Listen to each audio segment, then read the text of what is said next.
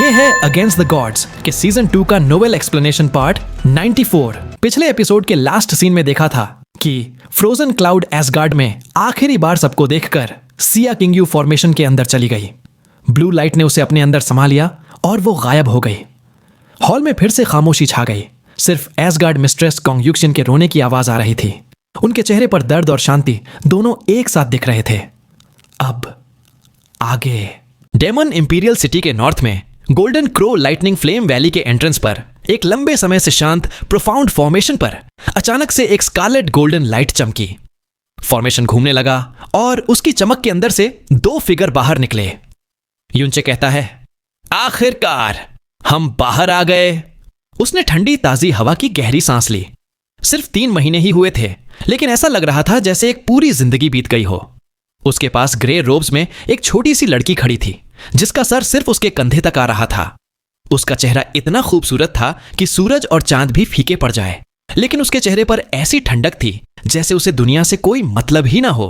सबसे अनोखी चीज उसके माथे पर चमकता हुआ स्कारलेट गोल्डन फ्लेम का निशान था। यह निशान उसकी जागे हुए गोल्डन क्रो ब्लड लाइन का प्रतीक था और यही उसकी जिंदगी को धीरे धीरे जला रहा था। जिस पल यह निशान गायब हो जाता, वो भी खत्म हो जाती। उसकी पूरी ऑरा बदल चुकी थी। पहले युनचे को उससे एक भारी प्रेशर महसूस होता था, लेकिन अब उसके ठीक पास खड़े होने के बावजूद उसके स्पिरिचुअल सेंसेस उसकी प्रेजेंस को बिल्कुल भी डिटेक्ट नहीं कर पा रहे थे। ऐसा लग रहा था जैसे वो इतनी पावरफुल हो गई हो कि उसने इस दुनिया की हदों को ही तोड़ दिया हो। युनचे आसपास के खाली इलाके को देखते हुए बड़बड़ाता है, अजीब है, यहां कोई नहीं है। उसके सीने में एक भारी पंसा बैठ गया। पता नहीं डीमन इंपीरियल सिटी में कुछ बड़ा तो नहीं हो रहा है। वो उसकी तरफ मुड़ा। उनके नए रिश्ते के बावजूद एक घुटन का एहसास हो रहा था। वो कहता है, लिटिल डीमन एम्प्रेस, तुमने golden crows record of the burning world में कौन सा लेवल हासिल किया है? लिटिल डीमन एम्प्रेस ने दूर शहर को देखते हुए बिना किसी इमोशन के जवाब दिया, 3rd लेवल।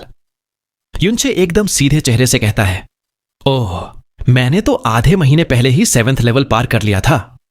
उसने उसकी तरफ एक नजर डाली, ये उम्मीद करते हुए कि वो थोड़ा शौक या तारीफ दिखाएगी, पर उसे कुछ नहीं मिला। उसके चेहरे पर जरा सा भी बदलाव नहीं आया। वो बस वहां खड़ी रही, एक खूबसूरत लेकिन बेजान गुड़िया की तरह। उसके सारे इमोशंस पावर हासिल करने की चाहत में कहीं कैद हो गए थे। युनचे समझ गया कि बदला लेने के लिए उसने अपना सब कुछ, यहां तक कि अपने एहसास और जिंदगी भी दांव पर लगा दी थी। जैसे ही वो उसे उकसाने के लिए कुछ कहने वाला था, ग्रे फिगर उसके पास से तेजी से गुजर गया। एक ही पल में लिटिल डीमन एम्प्रेस उससे सैकड़ों मीटर दूर थी। युनचे चिल्लाता है, अरे मेरा इंतजार करो। उसने अपनी एक्सट्रीम मिराज लाइटनिंग एक्टिवेट की और खुद को अपनी लिमिट तक पुश किया। अपने नए गोल्डन क्रो ब्लड लाइन और परगेटरी गेट के पूरी तरह खुलने से उसकी स्पीड बहुत बढ़ गई थी, लेकिन वो अभी भी उससे काफी पीछे रह रहा था। शुक्र है थोड़ी देर बाद वो धीमी हो गई, जिससे वो उसके पास पहुंच पाया। उसकी पीठ को देखते हुए युनचे ने एक ठंडी सांस ली। वो यकीनन शहर के लिए बेहद चिंतित थी। उसे भी अपने परिवार के लिए वैसी ही बेचैनी हो रही थी, और इस सब के ऊपर यह दुख भरी सच्चाई मंडरा रही थी कि उसके पास जीने के लिए सिर्फ 3 साल बचे थे। जैसा युनचे को शक था, डीमन इंपीरियल सिटी में सच में कुछ बहुत बड़ा हो रहा था। आज वो दिन था जब ड्यूक हुआई एम्परर की गद्दी पर बैठने वाला था। 4 महीने पहले डीमन एम्प्रेस ग्रैंड सेरेमोनी के अचानक रुकने के बाद दुनिया को हिला देने वाली खबर फैली। लिटिल डीमन एम्प्रेस की golden crow lightning flame valley में मौत हो गई थी। सेरेमोनी के लिए इकट्ठे हुए रेल्म के हीरोज कभी वापस नहीं गए। महीनों तक शहर ने शोक मनाया। अब जब डीमन एम्परर का ब्लड लाइन खत्म हो चुका था, तो गद्दी के उत्तराधिकारी का सवाल हवा में तैर रहा था। ड्यूक हुआई, जिसका ब्लड लाइन डीमन एम्परर के सबसे करीब था, आगे आया। उसके ड्यूक हुआई पैलेस ने सब कुछ अपने हाथ में ले लिया, यहां तक कि लिटिल डीमन एम्प्रेस का अंतिम संस्कार भी उन्होंने ही अरेंज किया। सिर्फ 4 महीनों में उसका प्रभाव जंगल की आग की तरह फैल गया था। उसके पंजे शहर के कोने कोने में आराम कर रहे थे। जो फैक्शंस पहले दुविधा में थे, अब उसकी वफादारी की कसम खाने के लिए भाग रहे थे, जबकि जो लोग खत्म हो चुके डीमन एम्परर क्लैन के वफादार थे, वो अलग थलग और शक्तिहीन हो गए थे। पिछले 2 महीनों से पूरे रेल्म में ड्यूक हुआई के नए एम्परर बनने की बातें हो रही थीं। उसकी एक महाज्ञानी के रूप में प्रशंसा की जा रही थी, जो रूल करने के लिए एकमात्र योग्य था। इस पॉइंट पर उसका विरोध करना मतलब हर तरफ से निंदा को बुलावा देना था। डीमन इंपीरियल हॉल लोगों से भरा हुआ था, ग्रैंड सेरेमोनी से भी ज्यादा।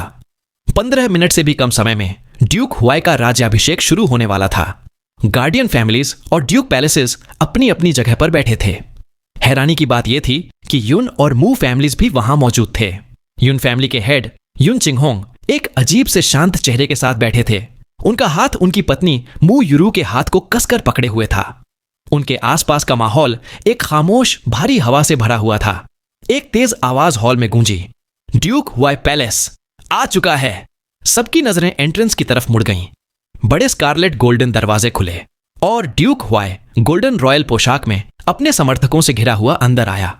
उसके चेहरे पर एक शांत आसान मुस्कान थी, लेकिन उसके हर रोम से एक एम्परर की शान झलक रही थी। एक जोरदार चीख गूंजी, हम सम्राट हुआई का आदर पूर्वक स्वागत करते हैं। हेलियन फैमिली के पेट्रियार्क हेलियन क्वांग अपने घुटनों पर गिर गए और इस तरह से झुके जैसे उन्होंने पिछले सम्राटों के सामने भी कभी नहीं किया था। पूरा हॉल झूम उठा। रेल्म के लगभग 1 लाख सबसे पावरफुल लोग घुटनों पर बैठ गए और वही नारा दोहराया, हम सम्राट हुआई का आदर पूर्वक स्वागत करते हैं। ड्यूक हुआई ने पूरे हॉल पर एक नजर दौड़ाई और उन लोगों को मन ही मन नोट कर लिया जो घुटनों पर नहीं बैठे थे। फिर उसने झूठी विनम्रता से अपना हाथ उठाया, सब लोग कृपया उठ जाएं। राज्याभिषेक अभी तक नहीं हुआ है, इसलिए मैं इस उपाधि के योग्य नहीं हूं। उसके समर्थक तुरंत उसकी बढ़ा चढ़ाकर तारीफ करने लगे। ड्यूक जोंग ने घोषणा की, सम्राट हुआई, आपका गद्दी पर बैठना तो पूरी दुनिया की इच्छा है। आपने इस अफरा तफरी के समय में रियल्म को एक साथ रखा है। हमारे दिलों में आप पहले से ही हमारे सम्राट हैं। वफादारी की कस्में हॉल में बांट सी आ गईं। सबके लिए यह साफ था कि ड्यूक हुआई को रोकना अब नामुमकिन था। सबसे समझदारी का फैसला, बल्कि एकमात्र फैसला, उसके आगे झुकना ही था। ड्यूक हुआई मुस्कुराया, एक बड़ी संतुष्ट मुस्कान। वो हिम्मत से एम्परर के सिंहासन की तरफ बढ़ा। जब वो युन फैमिली के बैठने की जगह से गुजरा तो उसने युन चिंगहोंग पर एक लापरवाह घमंडी नजर डाली। अब जब वो एम्परर बन गया था तो सब जानते थे कि आगे क्या होने वाला है। युन फैमिली उसका पहला निशाना होगी। युन चिंगहोंग ने कोई प्रतिक्रिया नहीं दी। उसने और उसके परिवार ने अपना सम्मान नहीं जताया था। उसका चेहरा ठंडा और अलग थलग बना रहा। बस उसकी पकड़ मू युरू के हाथ पर और कस गई। वो दोनों जानते थे कि वो ड्यूक हुआई के राज्याभिषेक को नहीं रोक सकते, लेकिन वो आदमी जिसने लिटिल डीमन एम्प्रेस और उनके अपने बेटे को मारा था, वो उनके सामने ही था, सबसे बड़ा इनाम हासिल करने के लिए। वो वहां अपने क्लैन या इज्जत के लिए नहीं थे। वो वहां मां बाप बनकर आए थे, अपने बेटे के खून का कर्ज वसूलने के लिए, भले ही इसके लिए उन्हें अपनी जान ही क्यों ना देनी पड़े। डेमन इंपीरियल हॉल का माहौल बहुत भारी था। ड्यूक हुआई के 100 समर्थकों की पावर से गूंज रहा था। उनमें से 20 तो सॉवरेन्स रेल्म के एक्सपर्ट्स थे। पावर का एक ऐसा प्रदर्शन जिसे देखकर पावरफुल गार्डियन फैमिलीज भी कांप रही थीं। ड्यूक हुआई की जो पावर पहले अनुमानित की गई थी, वो तो बस एक छोटा सा हिस्सा था। अब जैसे ही वो गद्दी पर बैठ रहा था, उसकी अथॉरिटी पूरी तरह से स्थापित हो चुकी थी। ड्यूक हुआई एम्परर के सिंहासन के सामने खड़ा है। उसके साथी जो अब एक नया रॉयल परिवार बन गए थे, उसके साथ खड़े थे। उनके चेहरों पर घमंड साफ दिख रहा था। ये उनका समय था। जल्द ही पूरा इल्यूजरी डीमन रेल्म उनके क्लैन के कंट्रोल में होगा। रेल्म के सबसे बड़े हीरोज की नजरों के सामने ड्यूक हुआई धीरे से बैठता है। एक जोश उसके शरीर में दौड़ जाता है। 100 साल के इंतजार के बाद आखिरकार ये पल उसका था। डीमन एम्परर के क्लैन का युग अब खत्म हो चुका था। 4 सेविकाएं आगे बढ़ती हैं, जिनके हाथों में डिवाइन गोल्डन क्रो की कढ़ाई वाले गोल्डन कपड़े और एक रॉयल क्राउन था। मास्टर ऑफ सेरेमोनीज आगे बढ़ता है। उसकी आवाज पूरे हॉल में गूंजती है। वो ड्यूक हुआई की तारीफ में एक लंबा भाषण शुरू करता है, जिसमें वो बताता है कि कैसे ड्यूक हुआई एक हेवेनली टैलेंट है, जिसने अशांति को शांत किया और लोगों का दिल जीता, और इसलिए वही नया एम्परर है। बाहर से ढोल की आवाज गूंजती है, जिससे भाषण बीच में ही रुक जाता है। मास्टर ऑफ सेरेमोनीज की आवाज बुलंद होती है, समय आ गया है हमारे नए एम्परर के राज्याभिषेक का। ड्यूक हुआई उठता है, अपनी बाहें फैलाते हुए। सेविकाएं उसके पुराने रोब्स उतारकर नए एम्परर के गोल्डन कपड़े उसके कंधों पर डाल देती हैं। इस समारोह के साथ वो आधिकारिक तौर पर इल्यूजरी डीमन रेल्म का नया रूलर बन जाएगा। हॉल में मौजूद सभी पावरफुल फिगर्स अपनी सीटों से उठकर घुटनों पर झुक जाते हैं। हम सम्राट हुआई का अभिनंदन करते हैं। नीचे झुके हुए हीरोज को देखना ऐसा था जैसे पूरा रेल्म उसके कदमों में हो। ड्यूक हुआई उस पल का आनंद ले रहा था जिसके लिए उसने एक सदी से तरस रहा था, लेकिन उसकी नजर एक अजीब दृश्य पर रुक जाती है। दो समूह थे जो घुटनों पर नहीं झुके थे, युन फैमिली और मू फैमिली। मास्टर ऑफ सेरेमोनीज गुस्से में दहाड़ता है, तुम्हारी हिम्मत कैसे हुई मू फेयन और युन चिंगहोंग, नए एम्परर का राज्याभिषेक हो रहा है, घुटने टेको। आमतौर पर वो कभी भी युन और मू फैमिलीज के पेट्रियार्क्स से इस तरह बात करने की हिम्मत नहीं करता, लेकिन आज का दिन अलग था। सब जानते थे कि गद्दी पर बैठने के बाद ड्यूक हुआई इन दोनों परिवारों को बर्दाश्त नहीं करेगा जिन्होंने उस पर खुलेआम हत्या का आरोप लगाया था। माहौल एकदम शांत हो जाता है। सबकी नजरें उन दो विद्रोही परिवारों पर टिक जाती हैं। युन चिंगहोंग अपनी सीट से उछलकर चिल्लाता है, मैं क्यों घुटने टेकूं? उसकी आवाज हॉल में गरजती है जिससे मास्टर ऑफ सेरेमोनीज कांप कर पीछे हट जाता है।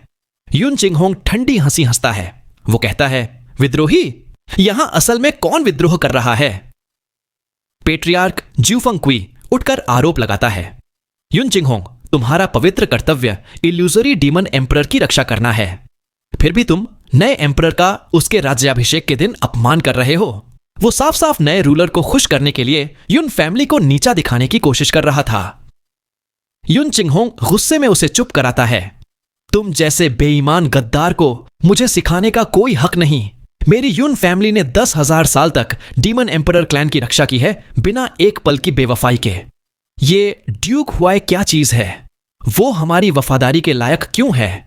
तुम सबने एक डाकू को, जिसने लिटिल डीमन एम्प्रेस को मारा, सबसे ऊंची गद्दी पर बिठा दिया है। तुम अपने पुरखों के लिए शर्म का कारण हो। ड्यूक जोंग गुस्से से चिल्लाता है, क्या हिम्मत है? वो कहता है कि यह आरोप एक मजाक है, क्योंकि ड्यूक हुआई डीमन इंपीरियल सिटी में था जब लिटिल डीमन एम्प्रेस की मौत golden crow lightning flame valley में हुई थी, एक ऐसी जगह जहां से कोई नहीं बच सकता। वो नए एम्परर की तरफ मुड़कर विनती करता है, सम्राट हुआई, ये अधीन अब और बर्दाश्त नहीं कर सकता। कृपया इस षड्यंत्रकारी को गिरफ्तार करने का आदेश दें। लेकिन ड्यूक हुआई अपने चेहरे पर एक बेबस सा भाव लाते हुए धीरे से अपना हाथ उठाता है। वो ठंडी सांस लेते हुए कहता है, पेट्रियार्क युन, मैं जानता हूं कि आप मेरे खिलाफ हैं। मुझे आपके झूठे इल्जामों से फर्क नहीं पड़ता। आज मेरे राज्याभिषेक के दिन मुझे गुस्सा नहीं करना चाहिए, लेकिन अगर आप मेरे आधिकारिक रूप से एम्परर घोषित होने के बाद भी ऐसी बातें कहेंगे तो मैं आपको आसानी से नहीं छोड़ूंगा। यह एक सोची समझी चाल थी। उदार दिखकर ड्यूक हुआई युन चिंगहोंग को एक एहसान फरामोश विद्रोही के रूप में दिखा रहा था। वो जानता था कि गद्दी पर बैठने के तुरंत बाद लोकप्रिय युन फैमिली के खिलाफ कदम उठाना अक्लमंदी नहीं है, लेकिन युन चिंगहोंग उसकी बातों में नहीं आता। वो जोर से हंसता है और अचानक हॉल के बीच में कूद जाता है। एक पर्पल लाइट चमकती है और एक 7 फुट लंबी तलवार उसके हाथ में आ जाती है जो सीधे ड्यूक हुआई पर तनी हुई थी। वो ऐलान करता है, उस दिन का इंतजार करने की जरूरत नहीं है। मैं आज यहां इस डीमन इंपीरियल हॉल को खून से नहलाने आया हूं। हाहाकार मच जाता है। किसी ने कल्पना नहीं की थी कि शांत और समझदार युन चिंगहोंग इतना बड़ा कदम उठाएगा। दूसरे लोग उसका नाम चिल्लाते हैं, जबकि उसके साथी उसे शांत रहने के लिए साउंड ट्रांसमिशन भेजते हैं। लेकिन युन चिंगहोंग सबको नजरअंदाज कर देता है। उसकी पत्नी मू युरू उसके कंधे से कंधा मिलाकर खड़ी हो जाती है। उसके शरीर से ठंडी हवा निकल रही थी। उसकी निगाहें दहशत से भरी थीं और उसकी आवाज में एक गहरी रूह को छेड़ देने वाली नफरत थी। वो कहती है, ड्यूक हुआई, तुमने ही मेरे बेटे को मारा है। भले ही आज मेरे पति और मैं अपनी जान दे दें, हम उसका बदला लेने के लिए तुम्हारा खून जरूर लेंगे। डेमन इंपीरियल हॉल में एक हल्की सी कंपन दौड़ जाती है। झंडे फड़फड़ाते हैं और मशालें हिस्सा की आवाज करती हैं। इससे पहले कि मामला बिगड़े, चिनजंग तेजी से आगे बढ़कर चिल्लाता है, पेट्रियार्क युन, तलवार नीचे कर लीजिए। आप जल्दबाजी में कोई गलत कदम नहीं उठा सकते। लेकिन युन चिंगहोंग अपनी तलवार ड्यूक हुआई पर ताने रखता है। उसकी सांसें बिल्कुल स्थिर और आंखों में एक अजीब सी ठंडक है। वो कहता है, जल्दबाजी? मैं इससे ज्यादा शांत पहले कभी नहीं था। फिर वो साफ साफ कहता है कि उसकी युन क्लैन ने 10,000 सालों तक डीमन एम्परर की हिफाजत की है, लेकिन कुछ गद्दारों ने सिर्फ 100 साल में उनके वंश को ही खत्म कर दिया और आज उसे उसी कतिल को सिंहासन पर बैठते हुए देखने के लिए मजबूर किया जा रहा है, जो उसके हिसाब से सिर्फ उसकी लाश के ऊपर से ही हो सकता है। हॉल में एकदम सन्नाटा छा जाता है। फिर कुर्सियों के गिरने की आवाजें आती हैं। बड़ी बड़ी फैमिलीज युन चिंगहोंग और मू यूरू के चारों तरफ एक घेरा बना लेती हैं, जैसे उन्हें जकड़ना चाहती हों। युन फैमिली के डिसाइपल्स भी आगे बढ़ने की कोशिश करते हैं, लेकिन युन चिंगहोंग अपना हाथ उठाकर उन्हें रोक देता है। वो कहता है, कोई आगे नहीं आएगा, ये लड़ाई मेरी और मेरी पत्नी की है। वो युन वेचन की तरफ देखता है और बोलता है, जो क्रेस्ट मैंने तुम्हें दिया था उसका इस्तेमाल करके आज से युन फैमिली को लीड करना। डीमन इंपीरियल सिटी छोड़कर चले जाना और इस गद्दार के सामने कभी सिर मत झुकाना। यह सुनते ही युन वेचन हवा में उछल जाता है। उसकी आवाज में आग थी। वो चिल्लाता है, पेट्रियार्क का हुक्म ही कानून है। अगर वो कहते हैं कि ड्यूक हुआई दोषी है तो वो है। आज हम में से कोई एक ही जिंदा बचेगा। उसके पीछे पूरी युन फैमिली, 100 से भी कम लोग, बिना एक कदम पीछे हटाए आंखों में आग लिए तैयार खड़ी हो जाती है। तभी हॉल के दूसरी तरफ से मू फेयन की दहाड़ गूंजती है, जिससे छत से धूल गिरने लगती है। वो गरजता है, इसे कहते हैं युन फैमिली। मू फैमिली के बेटों और बेटियों, सुनो, जिसने ये ताज पहना है उसी ने लिटिल डीमन एम्प्रेस को मारा और डीमन एम्परर क्लैन का सफाया किया है। ये नाटक आज यहीं खत्म होगा। जिसे मौत से डर लगता है वो मेरी नजरों से दूर हो जाए। मू युबाई, मू युकिंग और मू युकोंग ऐसे मुस्कुराते हैं जैसे उन्हें आखिरकार खुली छूट मिल गई हो। मू युबाई कहता है, बूढ़े आदमी, आज हम सब एक साथ एक फैमिली की तरह खुशी से मरेंगे। उनके तीनों का किलिंग इंटेंट साफ, तेज और अटल था। भीड़ में एक अजीब सी शांति फैल जाती है और खंभों के पीछे छिपे कुछ लोगों की निगाहें सख्त हो जाती हैं। ड्यूक हुआई का चेहरा गुस्से और कैलकुलेशन से बिगड़ जाता है। वो जानता था कि वो अपने पहले ही दिन युन और मू फैमिलीज को खुलेआम कुचल नहीं सकता, लेकिन हॉल अब फटने की कगार पर था। वो एक गहरी सांस लेता है और एक फैसला सुनाने वाली आवाज में कहता है, इन्हें नीचे गिरा दो, बिना भेदभाव के सबको मार दो। एक मोनार्क लेवल का ब्लास्ट हॉल के बीचों बीच फट जाता है। फर्श टूट जाता है, खंभे कांपने लगते हैं और शॉकवेव कमजोर एक्सपर्ट्स को तूफान में पत्तों की तरह पीछे फेंक देती है। बाहर डीमन इंपीरियल सिटी के ऊपर यह आवाज ऐसी गूंजती है जैसे लोहे पर बिजली गिरी हो। मू युबाई सबसे पहले हरकत में आता है, बिना रुके, बिना किसी रहम के। उसका व्हाइट रोप एक कोमेट की तरह आगे बढ़ता है और घेरे को तोड़ देता है। ठंडी प्रोफाउंड एनर्जी की एक लहर उठती है। ज्यू फंगकुई, श्याओ सिफेंग और लिन गुयान खून थूकते हुए पीछे लुढ़क जाते हैं। दर्जनों टायरेंट लेवल बॉडीज जमीन पर गिर जाती हैं और हवा में बर्फ और लोहे की तेज महक फैल जाती है। सीधे थ्रोन तक एक रास्ता खुल जाता है। युन चिंगहोंग की आंखें चमक उठती हैं। उसके हाथों पर बिजली दौड़ने लगती है और वो रॉकेट की तरह आगे बढ़ता है। मू यूरू भी कदम से कदम मिलाती है। उसके पैरों के पीछे फ्रॉस्ट की एक लकीर बन जाती है। तभी उनके सामने दो लोग आते हैं, व्हाइट कपड़ों में जुड़वा, जिनके चेहरे पीले और औरस उनसे भी ज्यादा ठंडे थे। वो भूत की तरह प्रकट होते हैं और अपने हाथ उठा लेते हैं। बाई गुइमिंग सीधी आवाज में बोलता है, हमें पालतू कुत्ते क्यों बुला रहे हो? बाई गुइहुन उसकी बात पूरी करता है, ड्यूक हुआई रूल करने के लिए ज्यादा लायक है। लिटिल डीमन एम्प्रेस का कोई उत्तराधिकारी नहीं था। यह तो होना ही था। युन चिंगहोंग का जबड़ा कस जाता है। वो कहता है, या तो तुम कुछ जानते नहीं या जानबूझकर अनदेखा कर रहे हो। उसने ये सिंहासन मारकर हासिल किया है। आज अगर मेरे रास्ते में आए तो मैं तुम्हें भी काट दूंगा। युन चिंगहोंग अपनी पर्पल सोर्ड निकालता है। शर्रिंग। तलवार की दो गहरी वायलेट रोशनियां हवा को चीरते हुए आइस की दो दीवारों से टकराती हैं। टक्कर से एक तूफान पैदा होता है। पर्पल लाइटनिंग और ग्लेशियल शार्ड्स एक अंधा कर देने वाली रोशनी की स्क्रीन के अंदर एक दूसरे से टकराने लगते हैं।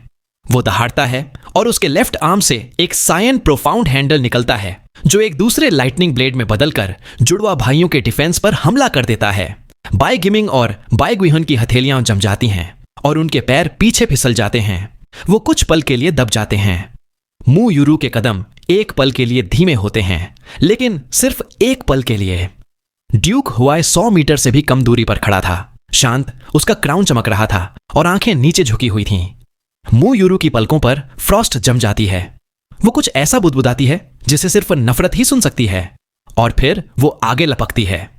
उसके हाथ में पकड़ा आइस शाफ्ट एक सांप के डंक की तरह ड्यूक हुआई के गले की तरफ बढ़ता है।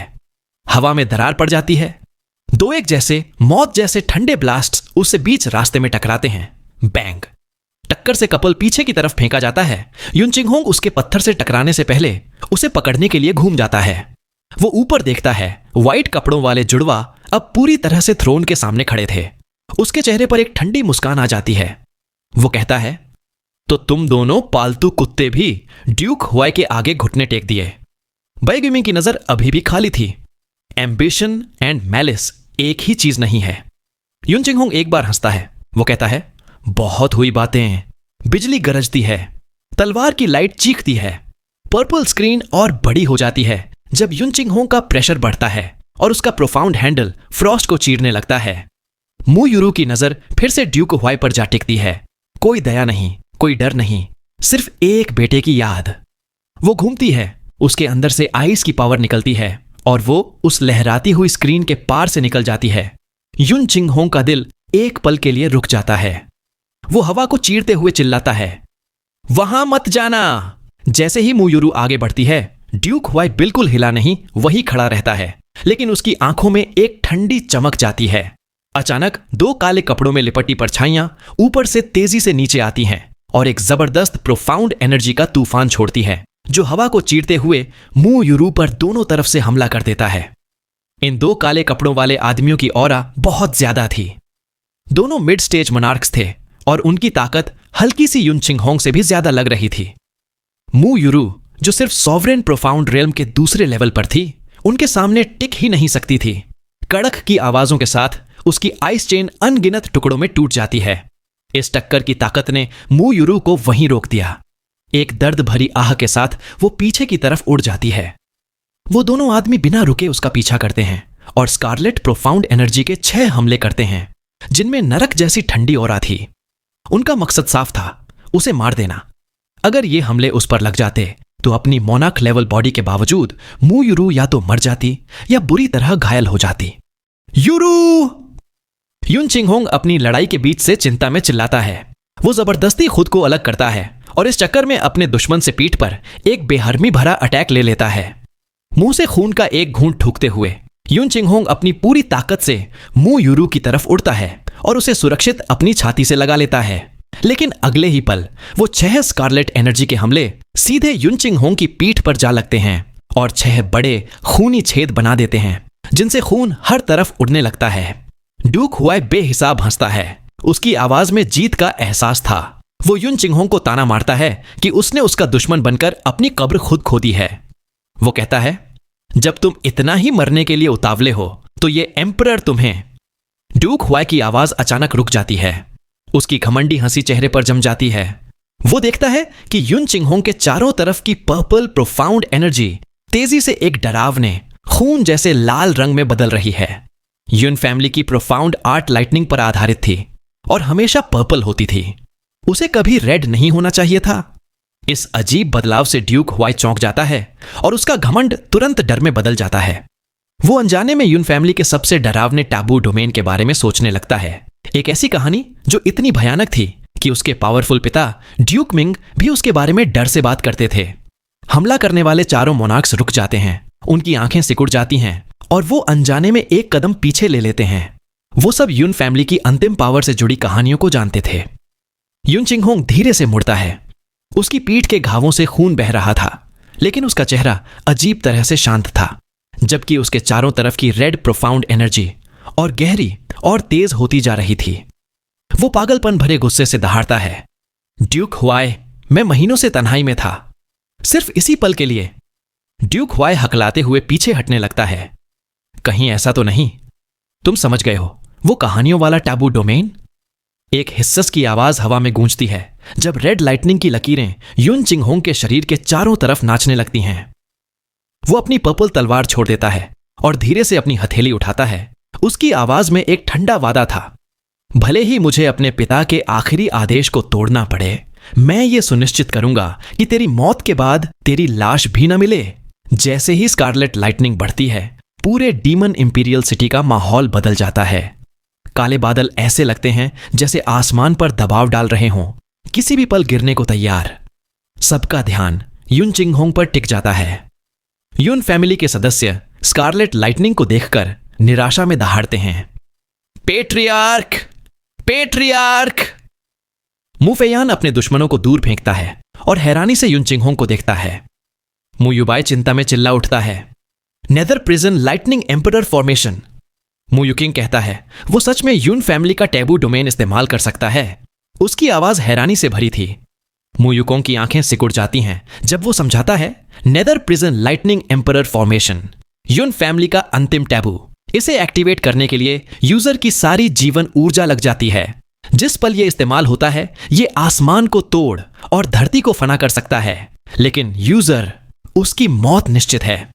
पूर्व डीमन किंग ने उसे इसे समझने से साफ मना किया था। उसने जरूर पिछले कुछ महीनों में इसे जबरदस्ती सीखा होगा ताकि ड्यूक हुआई को अपने साथ ले जा सके। मु फेयन चिल्लाता है, जल्दी पीछे हटो। मु फैमिली के सदस्यों को दूर धकेलते हुए वो जानता था कि अब युन चिंगहोंग को कोई नहीं रोक सकता। ड्यूक हुआई भले ही बातों से घमंडी बन रहा था, लेकिन यून फैमिली की इस लेजेंडरी पावर से डरकर लगातार पीछे हट रहा था। वो गुर्राता है, तुम्हें लगता है तुम इससे एम्परर को मार पाओगे? मेरे पास अनगिनत एक्सपर्ट्स हैं। ड्यूक हुआई के पीछे दर्जनों सॉवरेन प्रोफाउंड रेल्म एक्सपर्ट्स एक विशाल प्रोटेक्टिव शील्ड बना लेते हैं। युन चिंगहोंग के शरीर पर लाइटनिंग अब नरक के खून जैसी गहरी हो चुकी थी, उसके शरीर को पूरी तरह से लपेटे हुए। मु युरु उससे टिकी हुई थी, उसकी आंखें धुंधली थीं। उसके साथ रेड लाइटनिंग में नहाई हुई सिर्फ वही थी जिसे डर नहीं था। उसके होठों पर एक दुख भरी लेकिन संतुष्ट मुस्कान थी। ड्यूक हुआई के चारों तरफ 16 मोनार्क्स इकट्ठे हो जाते हैं और अपनी पूरी ताकत से उसकी रक्षा करते हैं। फिर भी उनका पीछे हटना बहुत धीमा था। युन चिंगहोंग की ऑरा ने उन्हें एक अदृश्य जाल की तरह जकड़ लिया था और हर हरकत में उनकी बहुत पावर खर्च हो रही थी। 17 मोनार्क्स की मिली जुली ताकत भी इस दबाव से नहीं निकल पा रही थी। यह ऐसी पावर इस्तेमाल करने की कीमत थी। ये एक मिड स्टेज मोनार्क के जीवन पावर और खून के एसेंस से चलती थी। एक कयामत जैसी ऑरा आधे डीमन इंपीरियल सिटी को घेर लेती है, जिससे सबसे पावरफुल एक्सपर्ट्स की भी रूह कांप जाती है। ठीक जैसे ही युन चिंगहोंग के चारों तरफ की ब्लड रेड लाइटनिंग फटने वाली थी और दुनिया को एक लाइटनिंग के नरक में बदलने वाली थी, ऊपर से एक ठंडी आवाज गूंजती है। आवाज तेज नहीं थी, लेकिन उसमें एक ऐसी पावर थी जो इस शोर को भी चीरकर सब तक पहुंची। पैट्रियार्क युन, आपको यह करने की जरूरत नहीं है। इस आवाज के साथ लाइट गोल्ड फ्लेम का एक गोला आसमान से उतरकर युन चिंगहोंग के सामने आकर गिरता है। एक ही पल में वो उस डरावनी ऑरा को रोक देता है। भड़कती हुई ब्लड रेड लाइटनिंग तेजी से सप्रेस हो जाती है और फ्लेम में समा जाती है। 3 सांसों के अंदर वो पूरी तरह से गायब हो जाती है। फ्लेम बुझ जाती है। युन चिंगहोंग, जिसकी खून का एसेंस खर्च हो चुका था, मौत जैसे पीला दिखता है और गिर जाता है। लेकिन वो तुरंत खुद को उठाता है, आसमान की तरफ देखता है और हैरानी भरी खुशी से चिल्लाता है, लिटिल डीमन एम्प्रेस, ये लिटिल डीमन एम्प्रेस की आवाज है। पूरा हॉल एकदम शांत हो जाता है। सब हैरानी से देखते हैं। सबने वो आवाज सुनी थी। वो बिना किसी शक के लिटिल डीमन एम्प्रेस की ही थी। जैसे ही युन चिंगहोंग चिल्लाता है, सबकी नजर ऊपर उठ जाती है। हॉल की छत पर एक बहुत बड़ा छेद हो गया था, लेकिन किसी ने उसके बनने की आवाज नहीं सुनी। उस छेद के ठीक ऊपर 2 लोग तैर रहे थे। दाईं तरफ वाली छोटी और पतली थी, ग्रे कपड़ों में। उसकी नजर तेज और इमोशनलेस थी। उसकी भौहों के बीच एक प्योर गोल्ड फ्लेम मार्क चमक रहा था। जैसे ही सबकी आंखें इस मार्क से मिलती हैं, उन्हें अपनी सोल पर एक प्रेशर महसूस होता है। लिटिल डीमन एम्प्रेस, ये लिटिल डीमन एम्प्रेस हैं। भीड़ में हैरानी, डर और खुशी से भरी आवाजों का तूफान उठ जाता है। मु युबाई इतना खुश था कि उसके मुंह से अजीब बातें निकल रही थीं। बूढ़े आदमी, देखो, वो लिटिल डीमन एम्प्रेस है, वो जिंदा है। मु फेयन की आवाज उत्साह से कांप रही थी। उसकी भौहों के बीच वो निशान, वो गोल्डन क्रो फ्लेम इम्प्रिंट है। ये अवेकन हुए गोल्डन क्रो ब्लड लाइन की निशानी है। ये नामुमकिन है, नामुमकिन। ड्यूक हुआई घूरता है। उसकी आंखें फटकर बाहर आने को हो गई थीं। उसने खुद उसे और युनचे को सी ऑफ डेथ में गिरते देखा था। उसने उनकी मौत की पुष्टि के लिए 1 घंटे तक इंतजार भी किया था। वहां से कोई नहीं बच सकता था। वो कैसे जिंदा हो सकती है? और उसके पीछे जो व्यक्ति है, वो हैरानी की बात है कि युनचे है। दोनों जिंदा हैं। ड्यूक हुआई विश्वास नहीं कर पाता और उसके माथे पर बने गोल्डन क्रो इम्प्रिंट को देखता है। उसके पिता ने उसे बताया था कि एक औरत कभी भी बिना मरे गोल्डन क्रो ब्लड लाइन को नहीं अवेकन कर सकती। आखिर यहां हो क्या रहा है? वीडियो को लाइक करके चैनल को सब्सक्राइब करके हमारी छोटी सी फैमिली का हिस्सा बन जाइए। अगर ऐसे ही और वीडियोस देखनी है तो साथ ही अगर आपके दोस्त भी इस तरह की वीडियोस में इंटरेस्टेड हो तो उन्हें शेयर भी कर देना।